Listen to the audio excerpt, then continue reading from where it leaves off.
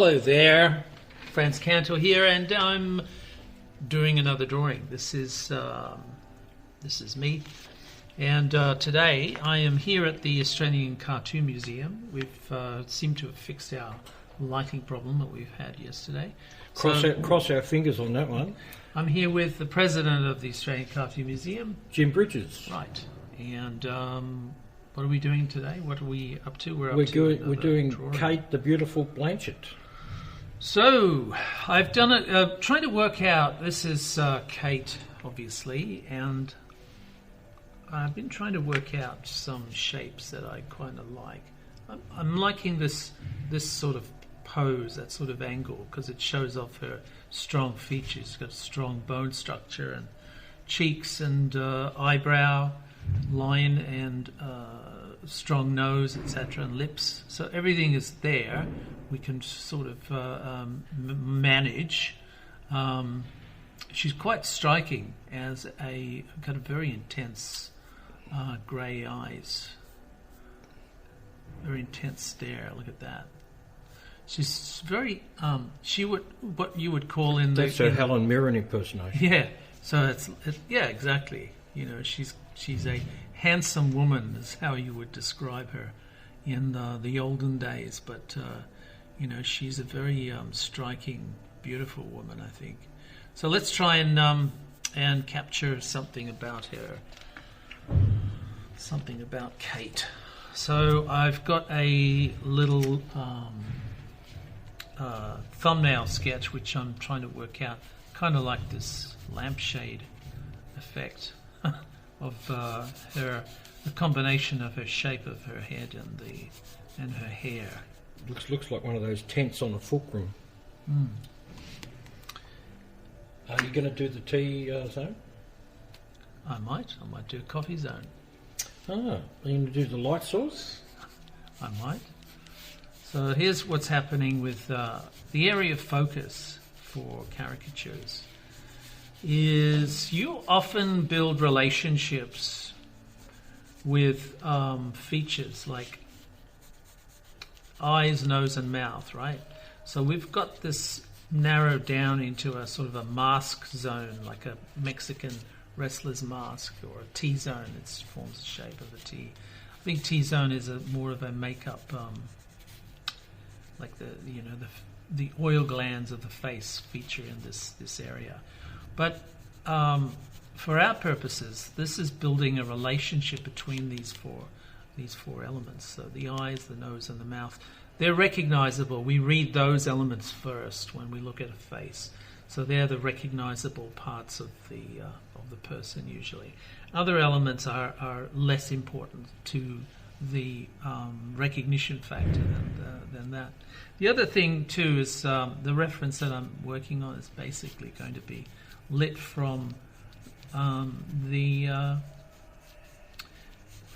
left-hand side, so the shadows are going to fall over the bottom right-hand side of the face. So that's what we're going to look at. You can see the particularly shadow areas under the nose. It kind of gives you an indication of the direction. So that helps you in planning the light and shade effects over the drawing in total. Okay, so let's proceed, shall we? We'll try to get involved in this now. Actually got a darker pencil. I'm using Prismacolors. They're quite soft, and I've also got a white Prismacolor. Prismacolors have a tendency to break because they're soft, but they do have very good coverage. So the pigment is very intense. So we're going to, I hope I don't knock the camera, we're going to get into the details now of her expression. Yeah, try not to drop the pencils because the leads tend to break inside. I think sometimes they give you pre-broken pencils. I think everybody has that theory. Yeah. So is that because it costs too much to X-ray the pencils before they send them out? Or shake them? I don't know. I think the it's just a propensity. It's a combination of the lead and the sharpener and the moisture in the air or lack of, or whatever it is. I don't know. Do you know how they make pencils? You know what? I don't really. I think that so they cut down a tree. Let's start at the very beginning. Yeah, well, isn't that like that Chippendale? Not Chippendale. What's the two chipmunks from not from Disney, from Bugs Bunny show? You know, where they actually shave a whole tree down to a toothpick. Yeah. No, I'm just saying. Do they have the gophers. Do they drill the holes and then they just fill it up with liquid and then it goes hard? So where they break maybe an air bubble. I don't know. That's interesting. I mean, do they force these things through? I don't know. I mean, are the pencils cut in half? Or how? Why don't we do why don't we go to Germany and see? Go to the That's factory. That's a great idea. Do a little field trip. We'll do a pencil tour of Germany. Yeah. Actually, it is a good idea. I think, why not? People do beer fests. Why don't we go do a pencil fest? You can lead a horse to water, but a pencil must be led. Thank you from Groucho Marx for that one. Yeah. We did Groucho Marx. We did. We also did that joke, but it's worth it. Repeating. Okay. All right, So when did you personally become aware of Cate Blanchett? As Queen Bess from some movie. Oh yeah, Elizabeth. And there were two of them, Elizabeth the First, and then the one with armour. The Golden Age, I think. Yeah. Elizabeth the Golden Age. The armoured one. I haven't seen that one. Yeah. No, she did an extraordinary job because I don't like biopics, and I don't mind so much Shakespeare on film. I think that's okay, but she did an extraordinary job. It wasn't a Shakespeare thing, it was a historical drama. Right. So it was a biopic with history. It's got history. And she did an extraordinary job, and that was the thing that launched her career, really. She's got very intense. She's a very intense actress. She's got a lot of well, they love her on the chat shows because she says outrageous things and she looks so terribly relaxed compared to the she has a lot of the Hollywood sort of types, you know. She has a lot of poise, and they use it to flog perfume and clothes, all sorts of stuff. Yeah, she has got poise, but she's also got an extraordinary personality. Yeah. Okay. Do you have examples of that? Or? Well, no. As I was talking about before, she every film she's in, she turns in great performances. She's a great actress, and it's not to do with luck or timing, like a lot of people. It's her interpretation of the character. She's just a great actress. She, born to act. And the other thing about her I've noticed is that I can't actually give you examples of this, but every film I've seen it in, didn't matter who she's playing, a housewife or a queen or a spy or, what was the one she was in Thor? Ragnarok. That was a beautiful part. Yeah. Hel. She played Hel. Yeah. H-E-L, not H-E-L-L. She's spot on with the emotion, and you're there and you're watching and thinking, yeah, she's terrific, and then all of a sudden she'll do something I've never seen ever before, and each time she's in a role she does this. I can't. It's like she reaches deep into herself and pulls something out. That's the only way I can describe it. And so you're looking at a scene that's very good. Her acting's great in it, and then all of a sudden it goes deeper. And she does these... A layer. Yeah. A deeper layer sort of like the character some sort of that you're not aware trick, of. Bag of tricks she's got that she brings in for each character. And I've never seen it. I've never seen it in any other film actress. Ever. Even Helen Mirren? Absolutely. Well, Helen Mirren, I like Helen Mirren. I mean, Yeah. I remember she was in Age of Consent in Australia. Yeah. That was actually that was an extraordinary part. Well, she was basically just a kid. Well, she Yeah. was just a teenager, really. Must have been 18 or 19 when she shot that role. She's played all sorts of... She's played Emily Pankhurst roles. She's done lots of Shakespeare. But I like her very much, but I'm just saying that Kate's got this... I think she's got a much wider range than any actress that I can think of. There's all sorts of stuff that women have to go through, you know, like when they're young, they get the roles, and then there's no roles for older women and all that sort of stuff. Very, very few people actually. Charlotte Rampling sort of survived. Yeah, well, they don't write roles for older women. That's usually. right. But I'm pretty sure that any people who love their movies just want to stick her in a movie because what she's going to do with it. I mean, she played Katharine Hepburn in The Aviator, the Martin Scorsese movie. And, you know, she was in The Hobbit. Yeah, you know, Galadriel. Yeah, Lord of the Rings. Yeah. She's. I just think she's and the other thing about her is she's not a classical beauty of like a Hollywood starlet type beauty. Yeah. But she's got this extraordinary integrity about her it's like her features, her physical features are fused with her intelligence, which really makes her a holistic beauty. Multi-dimensional. No, but it's holistic beauty. What's that? Well, it's not just you're looking at a picture. It's not pretty. It's beautiful. Yes, it's sort of elegance. It's a unique beauty. She has a unique beauty. Yeah, and it'll blow you away. It's not just she's unique. It'll blow you away. I once saw her on television. I think she's being interviewed by somebody, and Colette Mann. Is it Colette Mann? The actress who played, what's her name? She was in Muriel's Wedding. Colette. Yeah. Is it Colette Mann? Okay. Anyway. Colette. I don't think. Well, anyway, the point is, they started talking to each other on camera, and it was really wonderful how they both lifted each other, and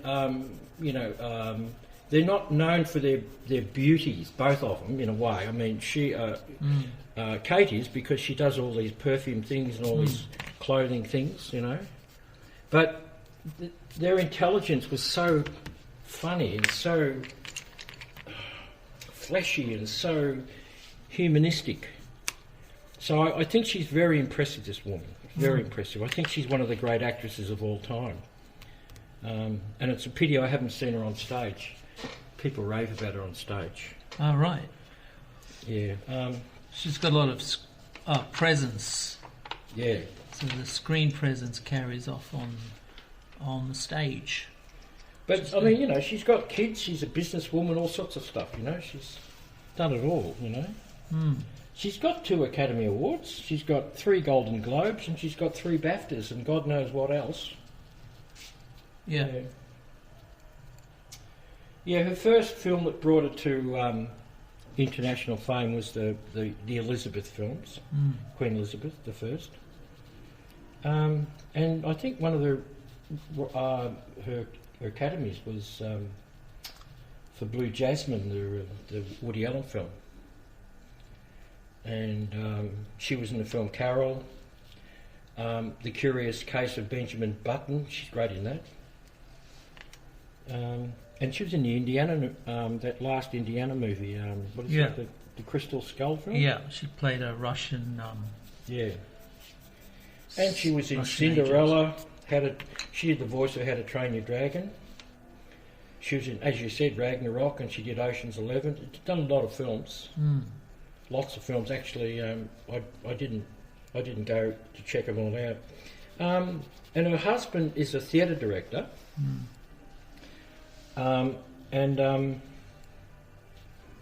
when he stands on the red carpet with her, all the reporters say, "Who is this? Her brother or something?" Because you always go with a good-looking bloke, And they were in charge of the Sydney Theatre Company from how many years? About 4 or 5 years. Yeah. From 2008 to 2013. And I think it's the first time there is a history in theatre of theatre managers, actor theatre managers. But yeah. And there was a lot of controversy because people got their nose out of joint because what's this Hollywood actress thinks she can do, running the theatre, the Sydney Theatre Company, But they did a lot of classic stuff and yeah. It's good that you mentioned some of the more popular films, which, I mean, Elizabeth is, I wouldn't call Elizabeth popular because it's not a comic book license or well, it's like not popular Indiana culture, Jones. but they made 2 films of it. Yeah, it's a drama. It's a theatrical drama, costume drama, whatever you want to call it. But it was an interesting looking film. I didn't actually mind it, and I don't really care for that sort of genre as a rule. But I did like the film, and and it was her performance actually that made it extraordinary. Hers and Geoffrey Rush, he was really good in that. Yeah, but she brings to the character some element, some different level of depth, something really extraordinary and intensity that is quite palpable. You can feel the energy from the character from through the screen. Yeah, she's got She's got a lot of personal tools in her personal bag of tricks that she uses as an actress. She's just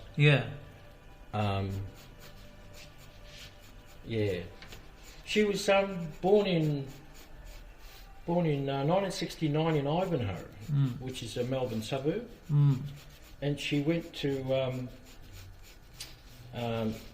Melbourne Methodist Ladies College, which is a private school in Kew. Right. That most people call it Melbourne Laboratory Cleaners, but that's another story. So where did she study theatre? In NIDA? She did, but she went to Melbourne Uni and then she went to Sydney and then she went to NIDA, which is the National Institute of Dramatic Art. Yep. Yeah, but it doesn't matter what she does. She's just got this wonderful quality about her. Yeah, well, and it is really impressive. It's very impressive because, as I was saying to you before, when a woman is at the height of her powers, and she's got her beauty and her confidence, and her wit about her and all that, very impressive. They just, no wonder they get turned into goddesses. You know what I mean? A lot of people think she is a bloody goddess because of her. She's just head and shoulders above a lot of actresses in lots of ways. And it's what you do with what you've got. Do you know what I mean? I mean, if you're born pretty, well, you just... Or like, you get someone like... what's her name? You're looking for someone pretty? Well, no, you have actresses who look... they have their best side and they have their special lighting cameraman, But...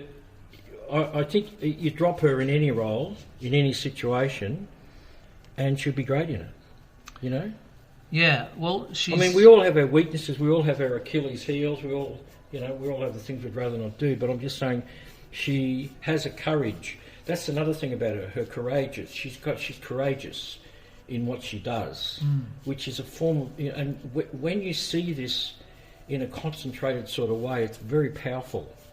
This is part of her beauty.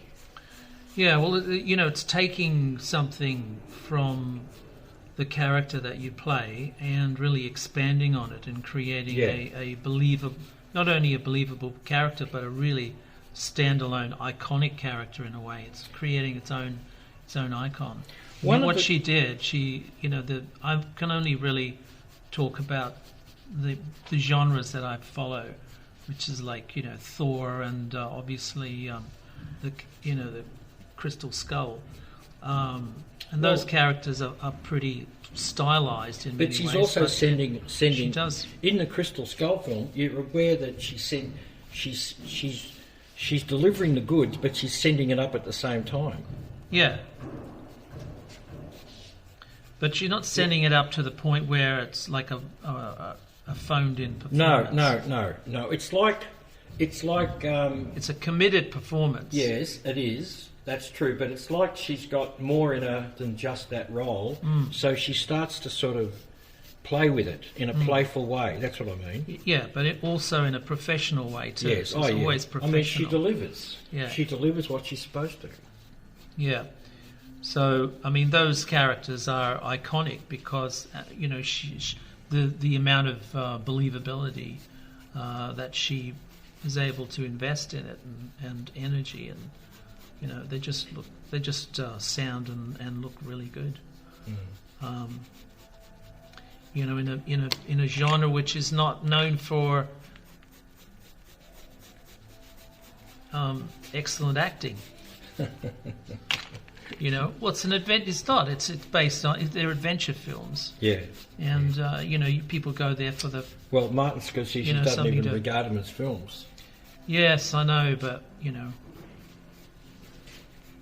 maybe you should lighten up. That's like saying Fellini should make a serious film. Yeah. I don't think anybody wants him to lighten up. I don't think he could. Look, he has a valid. He made a kids' film, but it's pretty dark. Hugo. Yeah. Yeah, there's a lot in Hugo that not normally started out as a graphic novel, amongst other things. Yeah, I'm just trying to build up some shade here. You realise that the pencil is quite grainy in the. When you're teaching drawing, do you like? And you talk about hair. I know you've talked about how you do the bands, like the ribbons, and you've sort of done it. You've sort of done it here, but. Okay, so, all right, the concept of hair. Hair is... hair today and gone tomorrow. Hair is usually based in like ribbons, right? So if you think of them as ribbons, it's easy to draw rather than just random lines. So look at patterns, look at shadow areas that create difference between the light and shade, which indicate layers, and also thinking like ribbons. Ribbons have a certain pattern of shine that they can pick up. It's like this is the shine area, this is the shadow area, because they are silken, they're silky, and they have curved. Yeah, curved. So always think of that. I'll be getting back in here with a lighter pencil stroke to build up some more of that satin quality, of the ribbon. So here and there you pick up a few stronger accents, and just to give a bit of variety, because remember, you're not doing ribbons, you're doing hair. So there is a lot of variance in the texture quality of a lot of these elements. Sometimes a lock of hair will catch an extra amount of light, just sort of almost a random effect of a spotlight or a reflection from something else. So these are things that give it more, variance and believability. Okay, so let's push on. I've built up a bit of form here, and I'm going to go in with the, just want to strengthen some of these brown lines so I can move on to the white with a little bit more confidence. She's asked lots of questions, like one of them was, when you're doing a role, do you live in that role? You know, for the length of the shoot or whatever it is, you know, the play. And one time she answered that she had to play Bob Dylan in one of the films. I forget the name of the film, but all these people play bits of Bob Dylan because there's so many Bob Dylans, you know. If you say... So many eras of Bob Dylan. Yeah, I mean, there's born-again Christian Bob and there's Jewish Bob and there's early Bob and there's... Later Bob. There's country Bob. Yeah. And the fish. Bob a job. And so you have to ask these questions, but she was playing Bob Dylan in I think, a Jim Jarmusch film. And her husband nearly went nuts because he said all day long for breakfast, dinner and tea she was Bob Dylan. So the answer is a yes. Well, I think for certain things, because, I mean, to play Bob Dylan and you're a woman, I mean, it's a challenge, isn't it? You know, and so she'd be testing herself out all the time, not just going over the role and getting it right. She'd be exploring the role in different ways, you know. So would she be running around with a Russian accent for Indiana Jones, or? Well, I don't know. I mean, I think all this stuff is you know, it's important to her because it's stuff she can work with, you know. I mean, who wants to keep on playing the same role, you know? I don't think she would do a Broadway... I mean, she wouldn't play a classic role on Broadway as a lot of people do because it's money in the bank, you know? It's Yul Brynner in The King and I again or whatever, you know. I don't think she'd ever do that. It'd be boring to her. Oh, you mean like it's a regular thing? Yeah. She just now for its 5,000th show. Well, I mean, that takes a certain lot of stoic courage as well, you know. In its 15th year. Well, I mean, you know, women in the past have played Hamlet and all sorts of things, but I think every time you see her in a film, it's a different kettle of fish.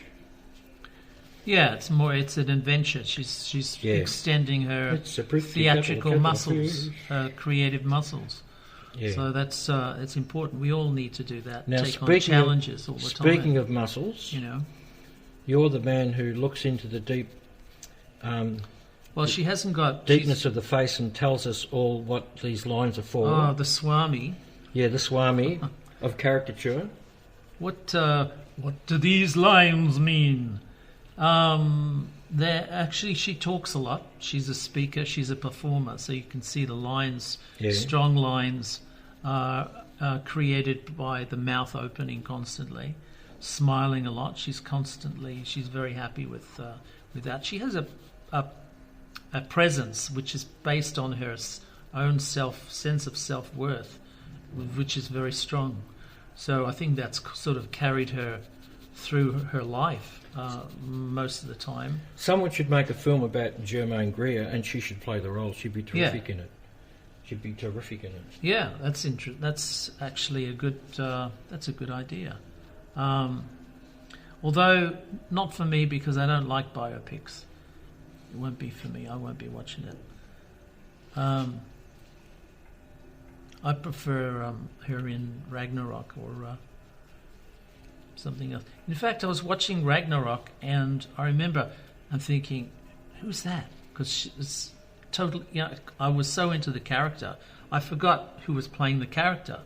Well, there's proof of the pudding, isn't it? Yeah, I love the character. I thought the character was extraordinary.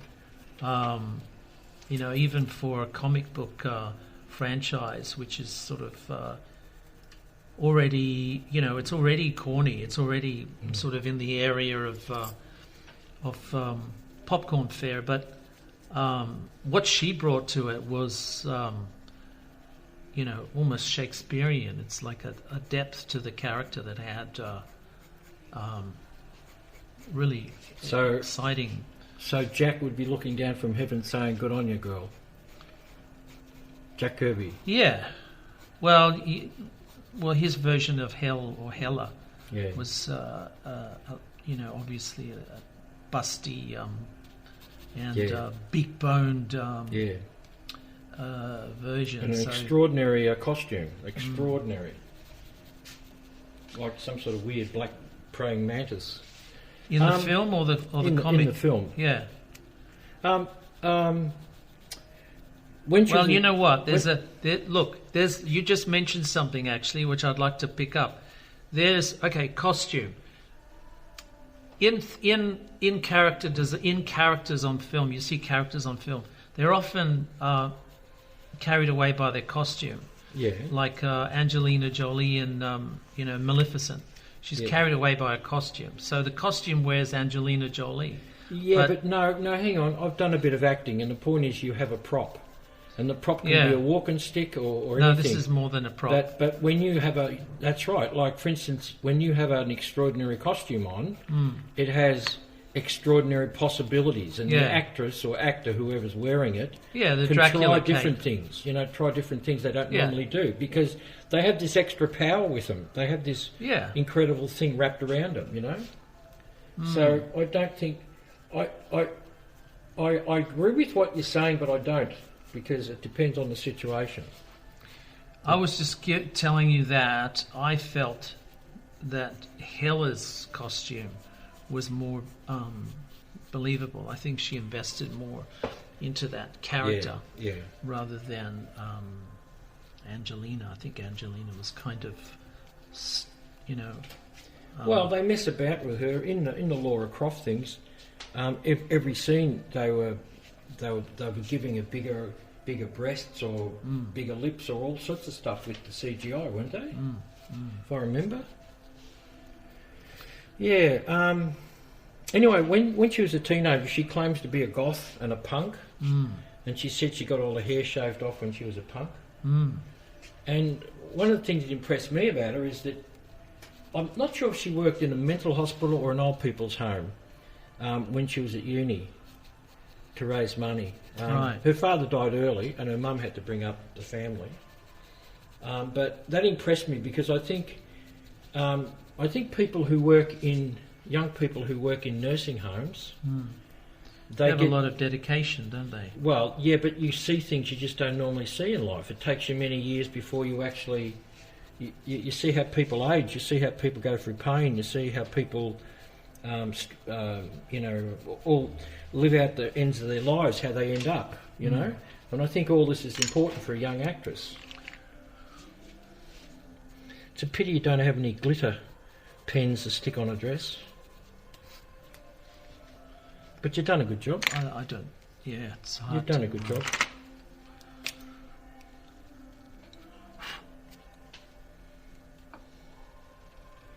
I think I'd like to see her do Antony and Cleopatra on stage. I'd like to see that. I think she'd be good in that.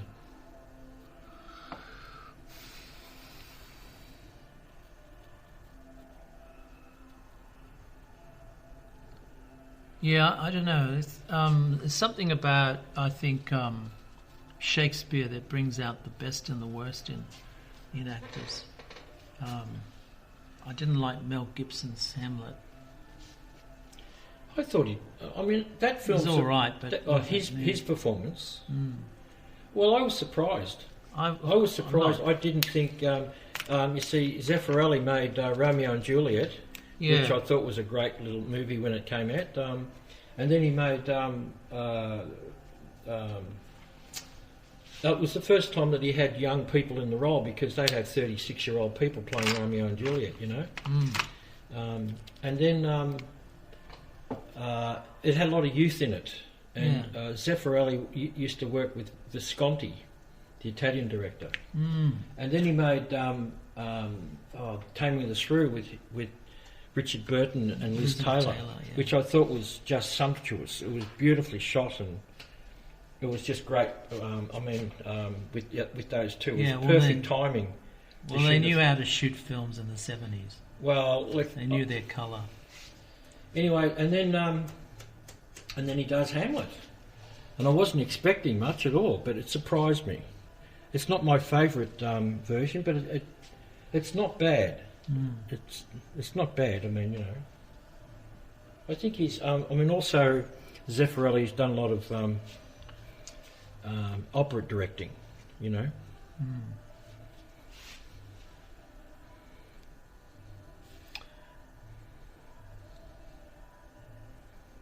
I'm just adding a little bit of I like what you. impetus. I like how you've to the caught her line. lips, which is different to the source material, Well, and it's closer to her. I think it's closer to her. I'm going to put. There's some things I need to invest in the tone, so I'm going to sort of build that up now with some sparkle. So, Mrs. Sparkle. Yes, Mr. Sheen. So, yeah, just a little bit of difference here and there. It's not really a. I don't have a plan. It's just looking at the making decisions based on the accents, the light accents that I can see here and there. But you're also, some of these decisions you're making are also connected to your memory, aren't they? Not just the source material. Memory of doing Of her, of all the times you've seen her and all that stacked away in your brain there somewhere. Maybe I'm not sort of consciously challenging or channeling her performances in anything. I'm just Well, sort she's of got an interesting looking- face because her face can change Yeah. in her roles. It definitely changes, Aren't you supposed to do that if you're an actress? Yeah, but she does it. She does it like rolling off a log. Right. So log rolling. What did I want here? I wanted one of these. Oh, there it is. This is a pump action. It's a pump action brush. And let's see if we can get it to activate.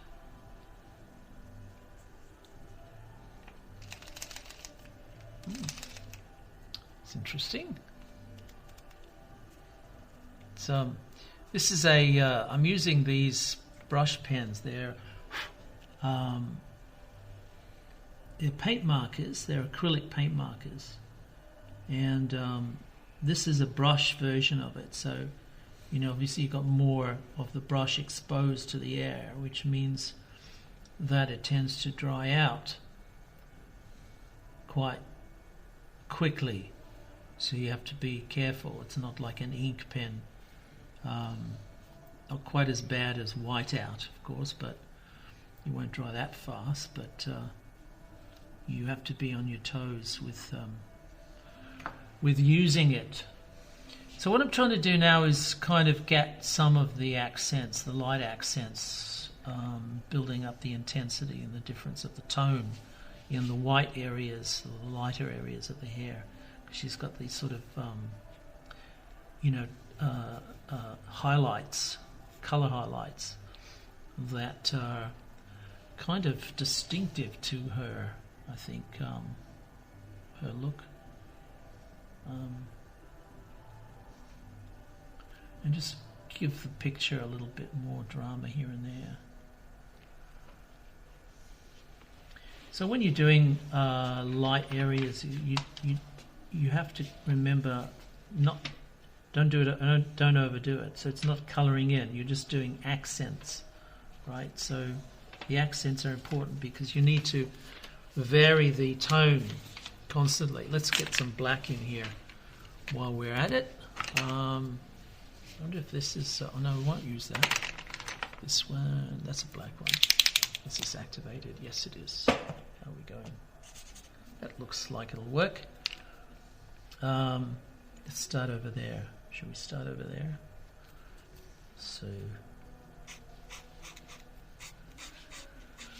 So again, this is a Posca, so it's just going to help with the contrast of building up the contrast with the light and dark, using toned paper, of course, which kind of meets you halfway with the flesh tones, the the flesh tones, not the colour. So the colour, of course, is we're not really tackling colour. We're doing our version of a colour effect with the brown pencil. So it gives you a warm tone, but it's not full colour. When you fill in the background with the white pen, you do it in strokes. Yeah. So when you use black, you just completely fill it all in. You tend to fill it all in. Sometimes, yeah. Well, the bulk of the times. Whereas you never do that with white. Why? I don't know. It just, it's a that basket weave effect tends to work better with the white. It doesn't sort of wash very well with the black pen.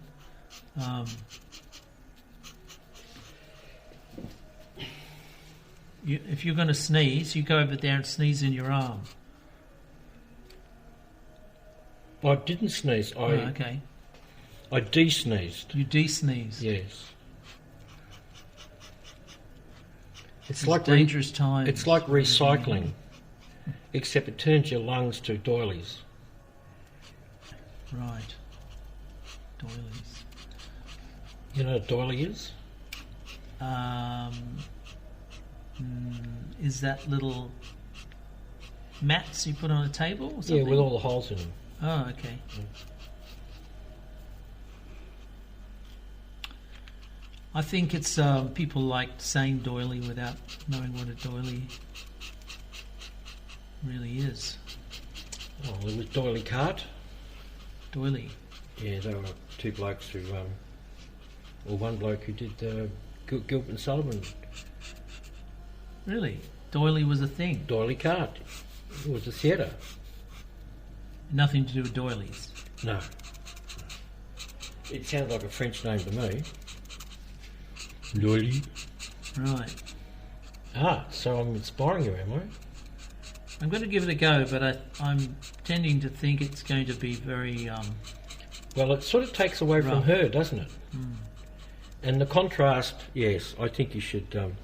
yeah, it is a little bit... I think you should fill in the gaps. The difference between the... you want her to shine like a silver... You've drawn her like a silver statue. A silver doily? No, a statue. You want that contrast. Yeah. You want that strong contrast.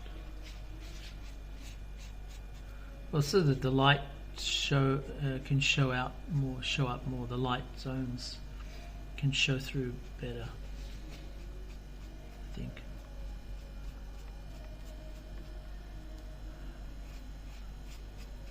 Another good thing about these, they go down, treat like a texture, but they don't go through the paper, as a rule. Well, that's great because they sit on top. Especially when you've got a drawing underneath it, and then and it's got dark smudges all over the bloody thing. Yeah, that becomes an annoying thing. All right, so we're nearly there. We've got just put a bit more shine on her from the sequins. Very clear-eyed beauty, isn't she? Yeah. I think the thing that impresses most people, especially, I mean, she doesn't behave like a Hollywood starlet, and she's more of a real person, and they're just blown away that she's, not playing the role. The diva. Yeah. So, yeah, that's... I mean, she swears and snorts and... Yeah. and that's one of the things that, I mean, she's a human, she's a woman, she's a person, she's an individual, as opposed to this... like a Billy Joel song.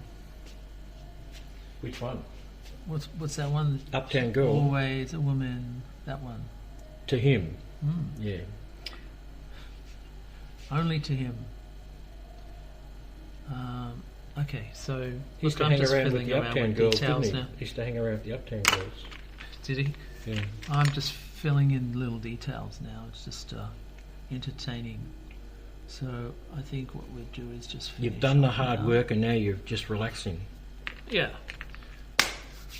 So, interesting expression. It's built around a smile. She has this smile, this very genuine smile. She looks like she's been smiling all her life. There doesn't seem to be a lot of, or maybe there. Yeah, look, she's a great observer. There's a whole lot of lines around her eyes which, intensify her gaze. So she is a people person, a people watcher, very gregarious and very very appealing and very open, I think. So, interesting face, very strong. This is Cate, the before, and I like her sequence. Kind of also based it on this shot, not Bill Clinton. I like that sort of lower lid intensity, looking out underneath the brow slightly. Yeah, but he's got this really strong and clear-eyed look. Yeah, there is a lot of lacing here, a lot of sort of broken lines, as I said to you before, kind of indicates maybe, and also a little. There's maybe a little. Where would you form? Done her share of crying. Yeah, well, there's a lot of. That's true. I mean, there is a lot of emotion in the eyes. Maybe we should refer to that a little bit in this sketch, because it's sort of giving it a bit more relative. Well, she's regal there, isn't she? Yeah. So it's beautiful. I love these. I love those wrinkles. My favourite actress in film is Deborah Kerr.